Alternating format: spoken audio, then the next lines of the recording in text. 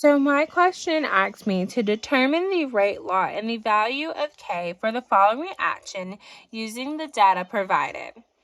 So first we're going to write our rate law, and the way that we write rate law is rate equals K and then followed by our constants. So rate law equals K, S2O82 negative in brackets, and then I negative in brackets raised to the 1 power. The blue circle around the 1 is letting us know that this is going to be in first order. Now we're going to write our equation. Our equation equals natural log of rate 1 divided by rate 2 divided by the natural log of concentration 1 divided by concentration 2. So essentially we're going to choose two concentrations to divide by, and the reason that we're going to choose concentrations first is because the concentrations must differ. So we couldn't choose concentrations from S2O8. We couldn't choose the last two concentrations because they are the same. So when you divide them out, they will just be 1. So we're going to have to use concentrations from 1 and 2 rather than 2 and 3. And same thing is going to go for I negative. We can't choose the first two because they are the same. We're going to have to choose 2 and 3. So if we start with X, which is going to represent our S2O82 negative.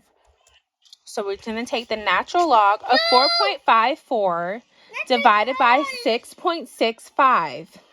So this is the first row and then the second row. And then we're going to take the natural log of 0.30 divided by 0.44. And the reason that these are crossed out is because they divide out. It is the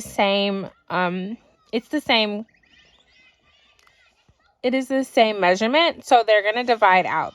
They just cancel out each other. And we get 0.997, which we round off to 1, and our X equals 1. Now we're going to solve for Y, which is our I negative. So this is 6.65 divided by 3.33. And again, the reason that we chose these two numbers is because they differ when we come to the I negative. Same thing with the previous one, which I can go back. With the previous one, we chose the first two because these first two, they're different. So they're not going to divide out to create 1. So then we have this divided by the natural log of 0.42 divided by 0.21, which again is your 2 and 3 instead of your 1 and 2. And this we cancel out. And then we have 0.998 approximately equals 1, which our Y equals 1. Now we're going to solve for K, which the rate constant is what K is. So we're going to write our rate, which is going to be 4.54 divided by 0.30 times 0.42. And the reason that we're using the first row is just because we can. We could have used any of the rows, but it's just easier to use the first one that you see.